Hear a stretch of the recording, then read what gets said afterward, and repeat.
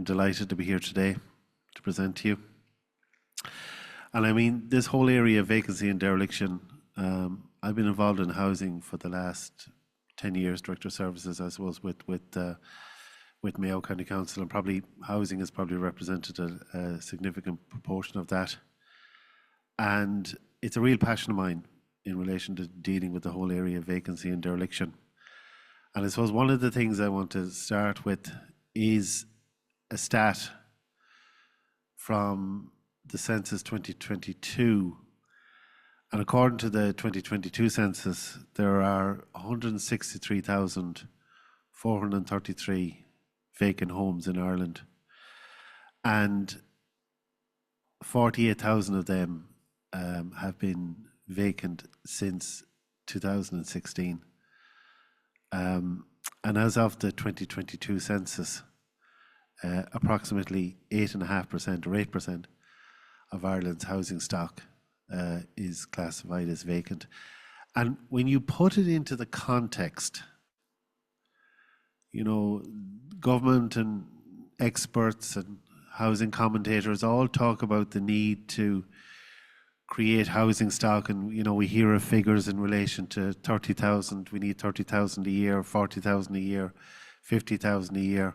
I mean, 163,000, I mean, if you look at that, I mean, that's, you know, that's could be anything between 2, 3, 4 years of housing stock.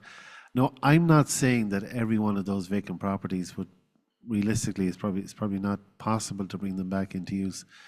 But there's no doubt about it, there's probably a significant proportion of them that we could look at, and we can certainly try and do something with them. So just in relation to the whole aspect of dealing with vacancy and dereliction, and I suppose it does have a number of advantages around that, particularly in relation to, as I've mentioned, in relation to housing supply and increasing the quantity of housing that's available. You know, the government, in fairness, have produced a very excellent plan in relation to housing for all. And the previous plan to that, Rebuilding Ireland, had 5 streams, 5 pillars, which they called, and reusing of existing stock was pillar 5. The existing housing for all has 4 pathways, and pathway 4 is that one in relation to reusing existing stock. So it's always mentioned, but unfortunately, it's probably mentioned as the last one. In some ways, the forgotten child in relation to our housing plan. But I think there's an opportunity for us to do something with that. And in fairness, there are a number of schemes out there that are certainly working towards bringing those homes back into use. I mean, I mentioned in relation to sustainable development, and I mean, it's around that whole thing of community revitalization and bringing our communities back into you know, future-proofing our society. Like, there isn't probably a city, a town, or a village in Ireland that if you're driving through today, or I'm sure you've driven or come up here to Tullamore, that you don't come across, you know, vacant and derelict properties in the streets, a lot of the time in relation on our high streets. And that is having significant impacts as well. But we do have, as I mentioned, in relation to housing for all, we also have the town centre first policy, which is making great strides to bring vacant properties back into use. But also as well, as I mentioned, it repopulates our neighbourhoods. It also encourages social cohesion. It does preserve local heritage as well, and we see that with a lot of buildings as well, that we can, you know, maintain the character that's in an awful lot of our towns and villages and cities, and keep that structure there. I mean, it really does enhance an area. It makes, you know, can add huge character, huge presence to an area if we can bring those buildings back into use, and I think that's absolutely vital. Also in relation to reduces antisocial behaviour. I mean, you get a lot of vacancy and dereliction, and unfortunately, you know, you get things like graffiti, antisocial behaviour, not a litter dumping, etc. And that takes up time as well in relation to, you know, colleagues that are trying to deal with that on a daily basis. But also in relation to, it's making use of existing services, and It's protecting the services that are there. Now, what I'm talking about there is in relation to our schools. I'm talking about our shops, our local shops, you know, where there's libraries in towns as well. So it's trying to bring people back, and particularly people back into the town centre. And that's what we've done in relation to, particularly in Mayo. I suppose we've done a number of case studies around that. We've looked at buildings whereby, you know, if we can bring them back, but not just maybe one building, but try and bring back a cohort of buildings perhaps in the same street and tackle it from that point of view, so that you're really trying to rejuvenate that area and really make it more, I suppose, more populated from that aspect. But also the other thing as well is I want to mention, and other speakers have mentioned, the whole idea of climate goals. Like, there's no doubt about it, if you can reuse what's there, you know, the studies have been done that show that, you know, by reusing existing materials, you can, you know, reduce your carbon input and footprint by 70%. Because when you think about it, the cheapest and in some ways the most efficient building is the one that's already there. Because if you have a building that's in a town, you're already using, you know, you've got the streetscape, you've got the public lighting, you've got your services, you've got your utilities, you've got your, you know, your phone connections, you've got your ESB connections. So you've already got the infrastructure there, the fabric that's there. And I know it's not easy. A lot of the time bringing these buildings back into use, you know, as my colleagues in the architects department tell me, I mean, you don't really know the cost until you start going in, digging out, and then you'll find that there's complications there in relation to maybe foundations, etc. So you don't probably know the true cost of it. And there's no doubt about it. I mean, when you have a greenfield site that you can have maybe up to about 50 units or 60 units, it's probably more productive, more efficient to be tackling that than maybe tackling a unit. And we do have the buy renew scheme, whereby you might get in relation to 4 or 5 units back. There's a lot of work. It's very resource intensive, no doubt about it. But it does have benefits, and it has huge benefits for the local community. And that's one thing, in the sense that, you know, we get our targets from the department in relation to how much housing we have to deliver. I would like to see if there was some recognition of the fact that if you're dealing with vacancy and dereliction, you mightn't get the quantity of units, but I think in a sense what you're doing is that you are providing a very necessary social and housing and community good from that point of view. And climate change is something which we all have to deal with, and there's no doubt about it. If you can reuse what's there, you're making better use of the existing resources. So moving along in relation to the whole aspects of the, you know, speakers have already mentioned in relation to the role of the building regulations and how vital that is. You know, and I'm just going to touch upon the points in relation to ensuring, primarily around the whole area of the, you know, the safety, the health and the energy efficiencies around that. You know, and working with the likes of SEAI. And what we have done in Mayo is that we've organised a series of workshops, community events, whereby our Vacant Homes officer and others, including myself, have gone out to the communities. You know, we've had kind of town hall meetings, town hall events, invited communities to come along, people, owners particularly of vacant properties. So we've had presentations from our Vacant Homes officer, SEAI, you know, in relation to conservation officers as well. Just, you know, it presenting to people, I suppose, the options that they have and what they can do, but also in relation to questions and answers, because there's a lot of people out there who, you know, might have a vacant property, they don't know what to do with it. So I think it's very important that, you know, there's a vacant home officer in every local authority. And I think what has worked very much in Mayo is that idea of hosting these workshops, inviting the community, inviting your local councillors to come along, and it has had a huge impact in relation to getting people interested.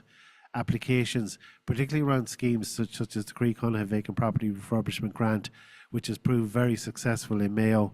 And I think Cork, Donegal and Mayo are probably the 3 counties that have had the most use in relation to that grant, which gives you 50,000 for a vacant property, and an additional 20,000 up to 70,000 if the property is derelict. In my opinion, that should be more, in relation to that. And I know for our islands, there's a maximum grant there, additional 20%, which brings it up to 84,000. But they're very important grants and contributions. And to me, it's a form of, we talk about affordable housing. Well, that scheme to me represents exactly what affordable housing is all about. It's about giving people, I suppose, assistance in order to buy and reuse an existing home. But it also supports, I suppose, what I mentioned is in relation to the long-term value and market confidence. Because what I see in Mayo, and I'm sure it's replicated right throughout the country, is in relation to if you have an area that has an awful lot of vacancy and dereliction, it not only impacts that particular property, but it actually impacts the property beside it. So if there's a person there, a neighbour, who has a home, and if they're, unfortunately, I suppose, if they're situated right beside a derelict property or derelict site, it does have an impact on that property. Unfortunately, it does have an economic impact, but also has mental health implications as well. There was a study done in Scotland whereby they identified that people living within a certain distance of vacant, particularly derelict properties, that it does have a negative impact on their mental health as well. So I think there's an awful lot of social considerations that we have to deal with around the whole area of dealing with vacancy and dereliction. That's something we certainly do need to look at. In relation to the key role of the local authorities and the National Building Control and Market Surveillance Office, it's around that thing of providing guidance to property owners. But it's also in relation to managing what I have in Mayo a lot is around that whole thing of the BCMS and managing that BCMS, which is a very, very good system and a very important system whereby keeps us on track as well. And that's something I think which is certainly very useful from our point of view, and it's something which is certainly adding value to us in relation to dealing with aspects of properties and also trying to get them built and get them configured as well. But it's also, I suppose, what it does as well in relation to the building controls is that it does support consistent national approach.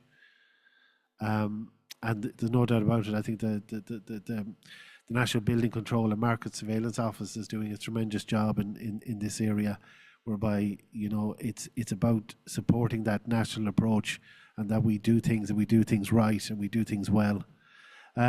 Just in relation to works to existing dwellings, just a couple of things around that. Well, common scenarios, I suppose, dealing with vacancy and dereliction. And the first one is around that whole thing of, changing from commercial to residential use.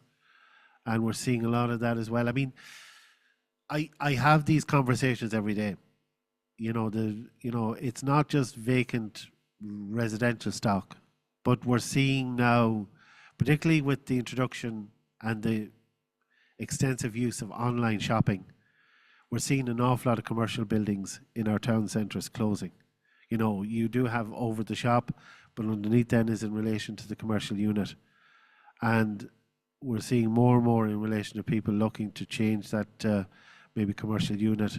That probably, let's be honest, I mean, I can take Ballyhaunis in Mayo as an example. I mean, we're looking at two buildings at the moment that are nearly brought back into use they were commercial. One was an existing bank, Bank of Ireland, and the other building was a travel agency.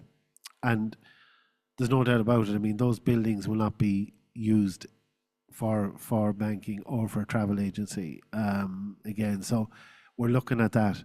But then this is where, I suppose, in a sense, the dilemma comes that, in a town centre, can you have all residential? A lot of people want to see that commercial offering there as well. And when I worked in Limerick, I mean, that was a conversation that was held a lot, because in Limerick you had that donut effect whereby an awful lot of the you had the Crescent Shopping Centre, which was outside the city centre, which was attracting an awful lot of commercial activity, but you had very little commercial activity within Limerick itself. And you could literally come 6 o'clock and you wouldn't be able to get a cafe or anywhere to even go in and have a cup of tea. Now that's changing, I think, now, but I mean that's the issues, that's the dilemmas we're facing. A lot of these things in relation to, I've mentioned about the whole thing of major renovation and deep retrofit, and when you go into these vacant and derelict buildings, as I say, particularly if there are structural issues around the derelict side, you don't really know the full cost until you start chipping away at it, until you start getting in there, and that kind of implications as well. So it means very much talking to the department, talking to your quantity surveyor, talking to your architects, and just trying to get as good a budget as possible around that, and a realistic budget as well. And then the whole thing of reinstating previously unsafe or uninhabitable dwellings. And a lot of speakers have talked about that today in relation to, ensuring that you're compliant with the building regulations. Health and safety is a priority. There are no shortcuts around that. That's something that we all have to adhere to, and it's absolutely vital. So, in relation to the focus areas, and we've already talked around that, and there's been discussions today around that. In relation to structural safety, fire safety. Previous speakers have talked about that whole thing of energy efficiency, which is vital. Around aspects in relation to climate change. Sound is a very important one as well, and ventilation. I see an awful lot of buildings that are suffering in relation to mold and that, and an awful lot of it is down to having that good, adequate ventilation, which is vital, and I think that's something that we have to really focus on going forward. Access and use in relation to, particularly in relation to disability access. Part M, where we want to make our buildings Part M compliant, that that people do have that good quality of life, which is absolutely vital going forward, and also in relation to the electrical safety and mechanical systems as well. So the challenges, well, look, there are challenges, and I've already mentioned this. This is not an easy area, particularly around costs, particularly in relation to getting access to some of these buildings. And, the cost of the full compliance, unfortunately, at times can affect the viability. So people might people come to me and they want to bring their property back into use. But unfortunately, when they look at the costs involved, which in some cases can come to a couple of $100,000 to bring it back into use and make it compliant, unfortunately, they don't have the resources to do that, and that can be an issue as regards what can be done. Then I suppose around we're seeing an awful lot of skill shortages as well. Now, we are moving more towards modern methods of construction, which is something which I think is going to become more and more to the fore as we progress.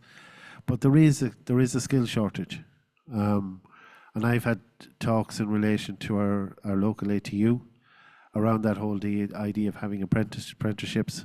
But there are shortages in relation to conservation skills. Even thatching of houses, etc. I mean, it can be very hard nowadays to get that right level of skill in an area, in a neighbourhood. And if you do find it, lucky enough to find it, sometimes you're probably paying a premium price towards that as well. So that's something I think as well. And I've already mentioned, I mean, there's no doubt about it, we all have targets. Local authorities have targets in relation to social and affordable. And we're given targets from the department every year. And a lot of that time means that there's no real recognition for the work and the input and the considerable amount of resources that go into schemes such as the buy, renew, repair and lease the Creek-Cunningham Vacant Property Refurbishment Grant. And, you know, there are fewer numbers than with a greenfield site. But in my opinion, I mean, it's absolutely vital that we tackle this whole thing of vacancy and dereliction going forward. And, you know, there is significant resources, unfortunately, involved in that. The opportunities, I'll just spend a few minutes just talking about these. I mean, the grants and supports are there. I've already mentioned in relation to the Creek-Cunningham Vacant Property Refurbishment Grant, which no doubt has been very, very successful. You know, Mayo, I think we're in the top 3. I think only Donegal and Cork County are probably ahead of us in relation to the number of applications. And we've had hundreds of applications in relation to these schemes. And it's great to see owners taking it up, you know, using those properties. You can get 2 grants. You can get a grant for a property that must become your principal private residence, or else you can get a grant if you want to rent out a property. So, you know, you can do that, but it is more geared at the individual. You know, it's not for companies and that. So it is more about the individual around that. You have then what we call the URDF3. And in Mayo, we have 58 properties identified on the relation to URDF3. And the whole idea around that is that you make a property, you know, you can CPO property and you bring it to the market for resale. So it gives people an opportunity to buy a property on the private market. And I suppose that's an awful lot of the issues around vacant and derelict properties, is trying to get clean title around that. So the CPO process, and with the local authorities having the power to do that, that certainly is advantageous. And I mentioned in relation to delivering housing in town centres and villages, it's about rejuvenation, reinvigorating, making our local towns and villages, making them sustainable, future-proofing them, making it that people are brought back into our town centres. There's more opportunities then for existing shops, our existing schools, which are under pressure. But also as well, and the department have looking at this in relation to the whole idea of supporting age-friendly and sustainable housing. Our population is getting older. We are living longer, thank God. But that means as well in relation to looking at our housing stock and making it much more age-friendly going forward. And that's something I think we need to be focused on, particularly when we're bringing existing buildings back into use. We need to focus on the fact that, you know, people will need these properties, and we're getting to a situation whereby in the past there was a big reliance on maybe the larger properties, but now people are, you know, they're probably getting married later in life, they're having children later in life. You know, there's probably need for less units. And I talk to older people, and our councillors will tell me that, you know, a lot of older people that they want a 2-unit, 2-bedroom property, because, you know, if a carer has to move in or a relation has to move in, if you talk to an older person, they say, no, they just want the 1 bed. They want their independence. They don't want anyone coming in looking after them. They want to be on their own. They want to be independent, and they want to ensure that they you know, have that property for themselves. So there is a focus in relation to the 1-beds. And as I mentioned, around that whole thing of using modern methods of construction were appropriate. And I think we're just really starting out in relation to the MMC aspect of it. And I think it's something more and more which local authorities are going to be becoming more familiar with, more use out of, developing great frameworks around that. And in order to bring these, you know, around that whole area of modern methods of construction, making it more efficient, more cost effective going forward. This has already been mentioned, but it is really, in a sense, I can't, you know, overemphasize enough, I suppose, the importance in relation to this book around the Bringing Back Homes manual. And it is the Bible. It's, you know, it is that manual that is really, in a sense, I think is the blueprint for bringing properties back into use. And I would encourage everyone to look at that, use it. There's an awful lot of very good case studies in there, a very good practical information as well.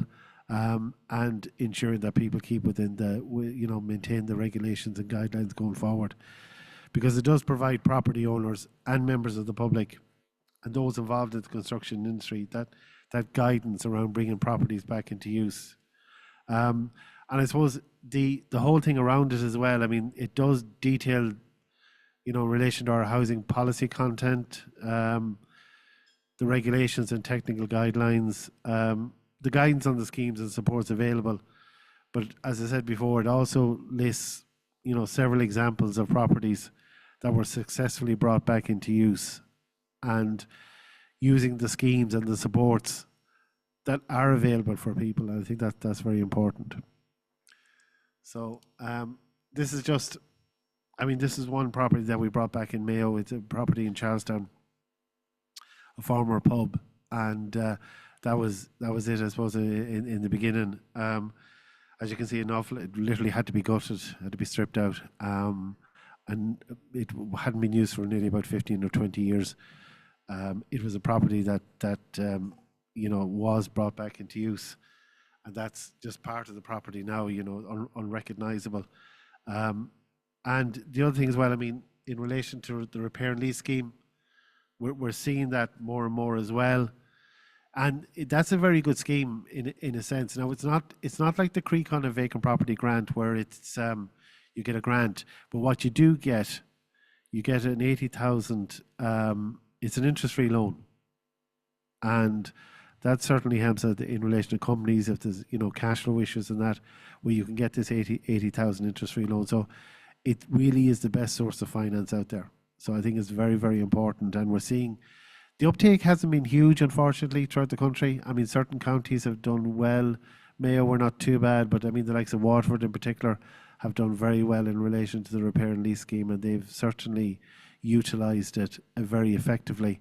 And I think if we could get other counties using it as well, so go back and talk to your housing teams, and particularly I suppose your vacant homes officer, and see if there's more and more of these properties that can be brought back into use. Because the thing with the repair and lease scheme, what it starts out really as social housing, because anyone involved in the scheme, you have to have that property a minimum of 5 years. It can be anything from 5 to 20 years, 25. But after that, then, that property could be used for private housing. But if you're availing of the 80,000 interest-free loan, and it doesn't have to be 80,000, that's the max. You can avail of less, but you have to have a minimum 5 years for the local authority for social housing. But after that, then, and say you can use it for private housing, and I think that's a part of the scheme that probably isn't promoted enough, and we need to do more with. And that's the finished product. It's a house now that is being utilised, that is being used, and as I say, it's providing home to a family, and it's great to see, because not only the family, the community is benefiting from people using the services, but the local school is benefiting as well by children going to school on that. I want to talk about the Vacanthomes.ie. This was an initiative I set up a number of years ago, and Mayo County Council is the lead authority on behalf of the local government sector. And what's unique about this is that it's a crowdsourcing platform. And what do I mean by that? Is that I found when I was researching this whole area of vacancy and dereliction, one of the biggest problems was trying to identify who the owner was and what the history, because every vacant property has its own history, has its own uniqueness. So I remember one property that wasn't too far away from me, probably about a kilometre away, and it was a great property. It looked in good nick, but I know it was vacant because the grass was growing around it. It was getting a little bit world weary, I suppose, in a sense. The paint started to chip off, and I was talking to one of the neighbours, and I said, "What happened here?" And unfortunately, it was a family breakdown, or marriage breakdown, and but I found that local people have local knowledge, in the sense that a lot of people have that knowledge as to what happened to vacant property. I'll give you another example. In Ballinrobe in County Mayo, a very good property, very well situated in the town, close to the town centre. And I couldn't see any sign of life around the property. And a neighbour came out from next door. And I said to her, I says, is the owner about, or do you know who the owner is? And she told me that the owner, about 6 years previously, had given her the keys of the property and said he was going to Australia, and they never heard from that person ever again. That property is still vacant, and it's just incredible. But I found with the Vacanthomes.ie that it really, you're asking people, local people, to give you details in relation to vacant properties. So they're identifying the vacant property, they're putting it up on the web portal, but they're also, in some cases there might be vital information there. So there's a link, and what happens is that every time you put up a property, let's say it's in Kerry or Mayo or Donegal or Offaly or Dublin, an alert will go to the vacant home officer in that local authority telling them that the property has been uploaded, and then it's up to the vacant home officer then to try and follow that up. And sometimes, there might be a snippet of information, and sometimes we do get a lot of owners of vacant property putting up details in relation to the website, on the website, and they want to know what can they do to bring a vacant property back into use. This property has been in their family, and we see instances in relation to maybe the property was left to a number of siblings, so you might have 5 or 6 children, brothers and sisters. 4 of the 5 might want to sell the property, but one of the siblings they feel as though they'd be betraying their parents if they were to get rid of it, even though it's not doing anything and it's becoming more of an eyesore. So, every situation is unique, every situation is complex. So, and it does take a lot of time, a lot of research, but the joy and the pleasure in seeing a vacant property back into use, to me, is one of the greatest things, because it really is. It's great to see that. I mean, homes were built to be lived in. They weren't built just to be, lying there, not doing anything. And I think it's very important from that point of view that we focus on that as well. I suppose in a sense that, and I've already outlined this in relation to the benefits of bringing vacant properties back into use. Look, it is essential for housing and regeneration targets, But apart from that, I think there is the social responsibility as well, and the moral responsibility of trying to address this whole area of vacancy and dereliction. And as I outlined in the beginning, I mean, according to the census, we had just over 163,000 vacant properties in this country. Now, that is down on the previous census, the 2016, whereby I think we had 183,000. But it's still nearly 8% of our housing stock. It's still too much. And you'll always have some element of vacancy and dereliction. You'll never get rid of it entirely. But 8% is too high. If we had a figure, maybe 1% or 2%, that could be the norm. But it's not just in Ireland. I mean, if you look at countries right around the world, I think in Japan they have something like 9 million vacant properties. France is the same. Australia, Canada, the United States. Vacant properties are everywhere. It's like a pandemic in some ways, And I was over in the Assembly of European Regions last week in Slovenia, and I was advocating for what I would call a World Vacant Homes Day, that we take one day a year right around the globe, and we focus and we highlight the whole issue of vacant homes. So that idea of having that World Vacant Homes Day, and it's got good support. But I think we need to do that. We need to highlight this issue of vacancy and dereliction. We can't be hiding from it. We need to highlight it. We need to bring it to the fore. We need to let people know that there are schemes available, there are opportunities out there, and we need to do more in order to bring these properties back into use. And in relation to local authorities and You know, the national building office and market surveillance office. You know, we all play a key role. But apart from the whole idea of the property, but it also protects our heritage. It protects our culture. It protects the environment, and it is better for the climate. If you're using less CO2, if you're using what's already there, you know, we talk about the circular economy a lot. This is what, you know, this is bringing homes back into use plays a huge part in relation to that as well. You know, we're very good for reusing, you know, plastic and cans and etc. But we just need to focus as well on some of these things related to housing. And, you know, the circular economy plays a big part of this. And the UN Sustainable Development Goals as well, you know, ties into this in relation to, you know, providing homes for people, ensuring that our planet is a much more climate environmentally friendly. So that's it. Thank you for the opportunity. And as I say, look, I would love to see more and more vacant properties and derelict properties being brought back into use. Thank you for listening. Thank you so much indeed.